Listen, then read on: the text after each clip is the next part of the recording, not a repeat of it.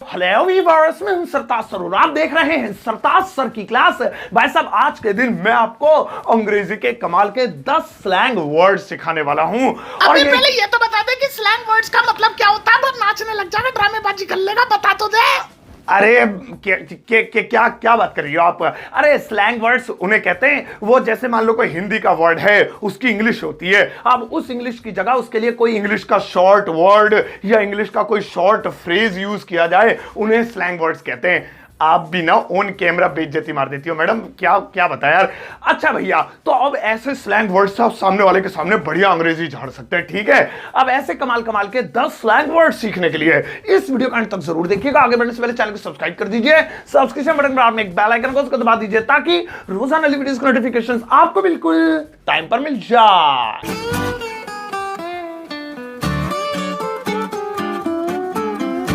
तो चलिए गाइस, शुरुआत करते हैं इस वीडियो की। और आज के दिन मैं आपको कमाल कमाल के इंग्लिश के 10 स्लैंग वर्ड सिखाता हूं। आप पहली वाली हिंदी उठाते फिर उसका स्लैंग वर्ड बताऊंगा, और वो है पकड़े जाना। अब पकड़े जाना चाहे पुलिस के द्वारा, लोगों के द्वारा, इसके द्वारा, गर्लफ्रेंड के द्वारा, बीवी के द्वारा, मतलब किसी के भी द्वारा किसी गलत काम को करते हुए पकड़े जाना, उसे क्या कहेंगे? उसके लिए इंग्लिश वर्ड है कैच, लेकिन स्लैंग वर्ड देखो, कमाल का वर्ड देखो, और वो है बस्टेड। बस्टेड, अब ये वाला शब्द आपने गेम फेम में भी देखा होगा। पुलिस उसे पकड़ लेती है तो बस्टेड लिखा जाता है, वो कहीं गिर जाता है या किसी के द्वारा पकड़ लिया जाता है तो बस्टेड लिखाता है। बस्टेड का मतलब होता है पकड़े जाना, कोई जुर्म करते हुए या कोई गलत काम या फिर कोई चीज भागा दौड़ी करते हुए पकड़े जाना। अब कहीं पर लिखा हुआ है he was Busted in front of the railway station, इसका मतलब है उसे रेलवे स्टेशन के सामने पकड़ा गया। तो आगे से ध्यान रखना है स्लैंग वर्ड बस्टेड। आओ अब नेक्स्ट वाला पकड़े, और भाई साहब नेक्स्ट वाला है चक्कर लगाना। इसे जायजा लेना भी बोलते हैं, मतलब किस चीज का चक्कर लगाना, जायजा लेना। कहते नहीं अरे इस फैक्ट्री का चक्कर लगवाओ, मुझे दिखाओ। तो चक्कर ये नहीं गोल गोल घूमना है, मतलब जायजा लेना है, मतलब इंक्वायरी करनी है, देखना है क्या हो रहा है। और इसके लिए यही शब्द है इंक्वायरी करना, लुक अराउंड या फिर चारों तरफ देखना। लेकिन स्लैंग वर्ड देखो इसके लिए, और वो है take a ride. Take a ride का मतलब होता है चक्कर लगाना, यानी जायजा लेना, उसके बारे में जानना, जांच पड़ताल करना। और मान लो कहीं पे लिखा हुआ है I want to take a ride of this park, यानी मैं इस पार्क का एक चक्कर लगाना चाहता हूं। चक्कर माने दौड़ नहीं, मतलब देखना चाहता हूं कैसा है, मुझे एक बार प्लीज इसका चक्कर लगवा दो। तो जहां पर भी आपको किस चीज का जायजा लेना है, उसके अंदर घूमना है, उसके आजू बाजू घूमना है, उसके चारों तरफ घूमना है, या उसके बारे में जानकारी हासिल करनी है, तो टेक अ राइड ऑफ। और जरूरी नहीं है चक्कर लगाने के लिए किताब है, अब किताब के बारे में जो जानकारी, किताब पढ़नी नहीं है बल्कि इसके बारे में जानकारी हासिल करनी है, किसने लिखी, कब लिखी, क्यों लिखी। So I want to take a ride of this book, यानी मैं इस किताब को एक चक्कर लगाना चाहता हूं, इसकी इंफॉर्मेशन इकट्ठा करना चाहता हूं। ये स्लैंग वर्ड आप यूज कर सकते हैं। और नेक्स्ट वाले पे थोड़ा मारें, और भाई साहब नेक्स्ट वाला है छुटकारा पाना। छुटकारा पाना, पीछा छुड़ाना। अब चाहे वो कोई इंसान हो, कोई बीमारी हो, कोई परेशानी हो, कोई चीज हो आपके पीछे पड़ी हुई है, पीछे पड़ा हुआ है, तो आप उसे छुटकारा पाना चाहते हैं, पीछा छुड़ाना चाहते हैं, तो उसके लिए स्लैंग वर्ड सुनो, और वो है gate right from. Gate right from का मतलब होता है पीछा छुड़ाना, छुटकारा पाना। देखा कमाल का है ना। अब जैसे मान लो कहीं पर लिखा हुआ है I want to get right from her, I want to get right from her, तो इसका मतलब है मैं उससे पीछा छुड़ाना चाहता हूं, मैं उससे छुटकारा पाना चाहता हूं। हर माने लड़की, हिम होता तो लड़का होता, ऐसे थोड़ी पीछे छुट जाएगा बेटे, चप्पल ही चप्पल पड़ेंगी मुंह पे। तो ठीक है, गेट राइट फ्रॉम मतलब पीछा छुड़ाना, छुटकारा पाना। याद रखना इसको रट लो। अब नेक्स्ट वाला देखें, और भाई साहब नेक्स्ट है हर हाल में चाहिए। हर हाल में चाहिए, अब कोई चीज होती है ना, उसे कहते हैं मुझे हर हाल में चाहिए, मुझे नहीं पता, मुझे चाहिए ही चाहिए। अब इसके लिए क्या यूज करेंगे? कमाल का स्लैंग वर्ड बता रहा हूं, देखना। वैसे नॉर्मली कह देते हैं I want in any case. English बोल दी मैंने, इंग्लिश वीक है मेरी, फिर भी निकल रही है, पता नहीं कैसे, मैं शायद अपनी वीडियो देखने लगा हूं। तो हर हाल में चाहिए। आओ इसके लिए एक स्लैंग वर्ड देखते हैं, और वो है dying for. Dying for, die माने मरना, फॉर माने के लिए, मर रहा है के लिए। अरे ये तो हमारी देसी भाषा में भी होता है, उसके लिए मर रहा है, इसके लिए मर रहा है, तो टीवी के लिए ज्यादा मर रहा है, और ये तो उसके लिए मरा पड़ा है, और वो अंग्रेज हमारे चुरा के ले गए। चलो भैया, तो क्या किसी चीज के लिए बहुत ज्यादा मतलब डिमांड करना, हर हाल में चाहना, उसके लिए डाइंग फॉर लगता है। कहीं पर लिखा हुआ है he is dying for mobile, तो इसका मतलब है उसे मोबाइल हर हाल में चाहिए। हमारी भाषा में हो जाएगा मोबाइल के लिए मर रहा है। ये वाला तो मैं याद कर लूंगा पक्का अपनी वीडियो में। सही, आप भी याद करना। I am dying for your views, I am dying for your subscribers, I'm dying for your likes, and are you not dying for my videos? You are dying, yes. इसी तरह वाला डाई करना, और बाकी आप स्वस्थ रहें, स्वच्छ रहें, अच्छे तरीके से अपने घर में रहिएगा, ठीक है? This is only a phrase, a slang word. आओ अब नेक्स्ट वाला देखें। और भाई साहब नेक्स्ट वाला है खिंचाई करना। खिंचाई करना किसी की भी, हमारी देसी भाषा में बोलते हैं सुताई करना, नहीं वो तो पीटने को बोलते हैं, खैर जो भी है। तो आप खिंचाई करना यानी किसी की टांग खींचना, किसी की बात का मजाक उड़ाना, उसकी खिंचाई करना, तो ठीक है। अब देखो इसके लिए क्या वर्ड है, इसके लिए स्लैंग वर्ड है ट्रोल। बहुत ज्यादा पॉपुलर है, आपने जरूर सुना होगा, उसको ट्रोल कर दिया, उसको ट्रोल कर दिया। अब किसी की भी गलती पे, किसी की बात पे, या किसी के सेंटेंस पे, या किसी कहानी पे, या किसी के शब्दों पे कोई किसी की खिंचाई कर दे, ओए ऐसा कर रहा तू, तो उसको ट्रोलिंग या ट्रोल कहते हैं। जैसे कहीं पर लिखा है people trolled me on Facebook, यानी लोगों ने मेरी फेसबुक पे खिंचाई कर दी, मेरे बारे में उल्टे सीधे कमेंट कर दिए, मुझसे उल्टे ही सवाल पूछ लिए, जो मैंने कहा था उसका उल्टा मतलब निकाल लिया, या उसको लेकर कई और सवाल पूछ लिए, उसका मतलब था खिंचाई करना। आप समझ रहे हो ना, खिंचाई करना, हम तो सिंचाई करना जानते हैं, गांव के लोग हैं। आओ चलो ये वाला हो गया, नेक्स्ट वाला देखें। और भाई साहब नेक्स्ट वाला है दीवाना होना। अब दीवाना होना यानी किसी चीज से प्यार होना, किसी चीज की दीवानगी होना, दीवाना होना। कहते नहीं मैं उसका दीवाना हूं, वो मेरी दीवानी है, या जरूरी नहीं है किसी इंसान के ही हो, किसी चीज के, किसी जगह के, किसी सामान के दीवाने होना। अब दीवाना होना के लिए इंग्लिश में वैसे तो बहुत सारे वर्ड्स हैं, फ्रेजेस हैं, लेकिन अगर स्लैंग वर्ड की बात करें तो फिर मामला ही कुछ और होता है। और इसके लिए स्लैंग वर्ड है नट्स अराउंड। नट्स अराउंड अच्छा बोल दिया, वरना तो मैं सोचता चारों तरफ अखरोट ही अखरोट होना।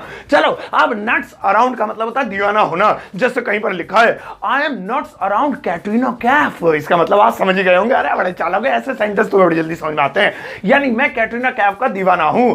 अब आप किस चीज के नट्स अराउंड हो, आप मुझे बताना, सही है? You are also nuts around my videos, I am sure. आओ अब नेक्स्ट वाला नट्स, क्या था भैया, ये क्या है? अरे स्क्रिप्ट हो लिया मैं। और भाई साहब नेक्स्ट वाला है बेवकूफ, पागल। अब हम किसी को भी कह देता हूं बेवकूफ है तू, अबे पागल है तू, उल्लू है तू, मेंटल है तू, ये सारे शब्द बोलते हैं। अब कोई भी कोई गलत काम करे, काम बिगाड़ दे, या फिर उल्टा काम करे, तो हम उसके लिए बेवकूफ या पागल जैसे शब्द इस्तेमाल करते हैं। और इसके लिए अंग्रेजी में कई वर्ड्स हैं, मैड है, इडियट है, उल्लू, उल्लू तो हमारे ये, अब मतलब और भी बहुत सारे हैं। लेकिन क्या आपको पता है कि इसके लिए स्लैंग वर्ड क्या है? और इसका बेवकूफ पागल के लिए स्लैंग वर्ड है एयर हेड। एयर हेड, अरे रुको रुको रुको, एयर माने हवा, हेड माने सर में हवा भरी है। अरे अंग्रेजों तुमने हमारा चुरा लिया, हम भूसा भरा कहते दिमाग में, तुमने हवा भर दी। क्या बोलूं इन्हें, मेरी कोई सुनता नहीं, मीडिया में भी नहीं आता मैं। अरे एयर हेड का मतलब दिमाग में सिर्फ हवा भरी हो ना। हम लोग कहते हैं ना तेरे दिमाग में भूसा भरा है, तेरे दिमाग में भूसी भरा है, गोबर भी कहते हैं, गोबर भरा है, कीचड़ भरी है, और जो भी है, ये लोग कहते हैं हवा भरी है। अब इंटेलिजेंट है, मतलब जितना डेवलप्ड हो, और मुझे लगता है और ज्यादा डेवलप्ड होगी, तुम्हारे दिमाग में ऑक्सीजन भरी है, हाइड्रोक्लोराइड फ्लोराइड भरी है। सही है भैया, ये साइंटिफिक सही है। एयर हेड यानी कि बेवकूफ या पागल। जैसे कहीं पर लिखा हुआ है यू आर एन एयरहेड पर्सन, इसका मतलब है तुम एक बेवकूफ इंसान हो, तुम एक पागल इंसान हो, तुम्हारे हेड में एयर भरी पड़ी है। हम तो कह देंगे ना भूसा भरो है क्या? चलो ठीक है, अब ये याद कर लेना। आओ भैया नेक्स्ट वाले पे खोपड़ी मारे, एयर हेड। और भाई साहब नेक्स्ट वाला है मौज मस्ती करना, मजे करना, मौज करना।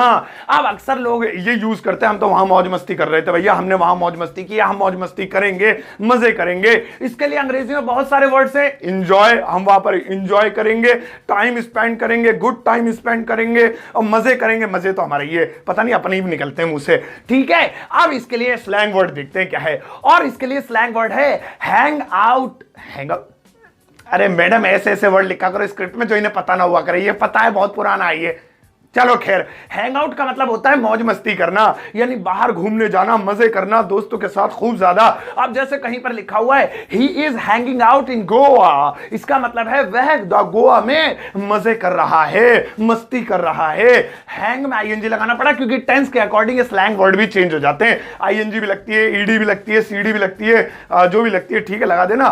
सही है, हैंग आउट मतलब मौज मस्ती करना, मजे करना, अपनी जिंदगी को एंजॉय करना। लेकिन बाहर जाके हैंग आउट। अब पहले मैं समझता था बाहर लटकना, हैंग माने लटकना, फिर मुझे मैडम ने बताया कह रही इंग्लिश सीख ले।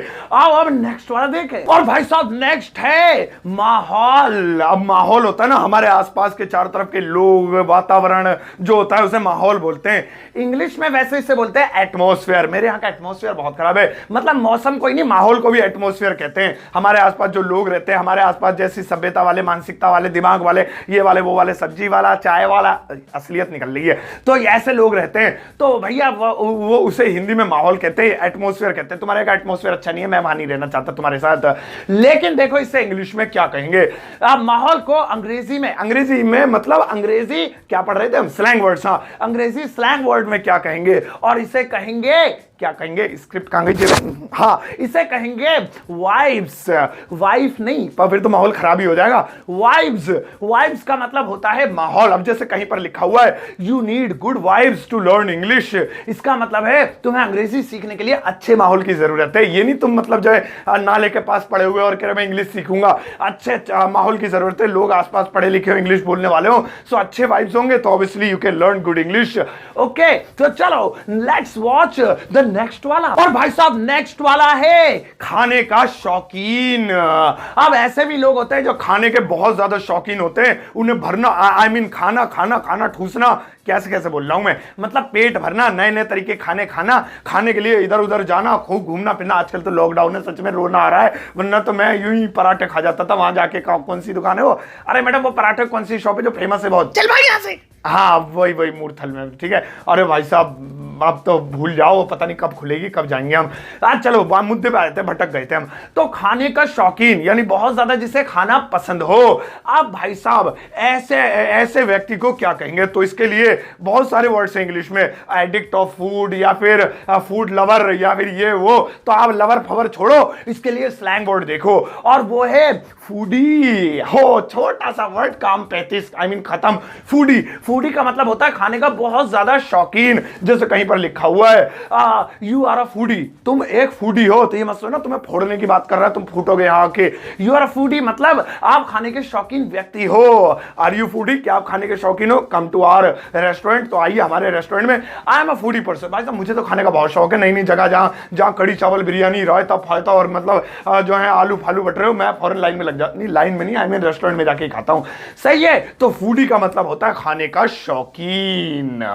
बस हो गए 10, अब इससे आगे नहीं, आज की वीडियो में इतना ही।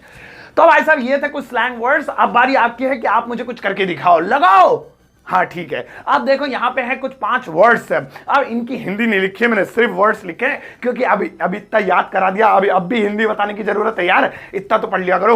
अब आपको ये 5 वर्ड्स याद भी करने, हो सकता है याद भी हो गए, आई एम श्योर की वीडियो देखते देखते। और इनके ऊपर इंग्लिश में 5 ही सेंटेंस बनाने, एक पे एक बनाना है, और उसे इस वीडियो कमेंट बॉक्स में चेपना है। इन्हीं वर्ड्स का यूज करते हुए मैं अपना दिल आपको दूंगा, ठीक है। ये जरूर करना, 5 सेंटेंसेस बनाना, नहीं बना सकते मिनिमम 4 बना देना, 3 बना देना, 2 बना देना, 1 बना देना, इतने भी नहीं बनेंगे। पढ़ लो यार, पढ़ लो, लॉकडाउन में पढ़ लो। चलो भाई साहब, तो आज की वीडियो हो गई खत्म। आज का होमवर्क भी आपको मिल गया, जो कि इस वीडियो कमेंट बॉक्स में आप शेयर देना। मैं लाइक सब्सक्राइब करना मैं नहीं करूंगा, आप करना। अब जाते जाते इस वीडियो को सबके साथ शेयर करने के बाद एक टुच्चा सा लाइक देकर जाना।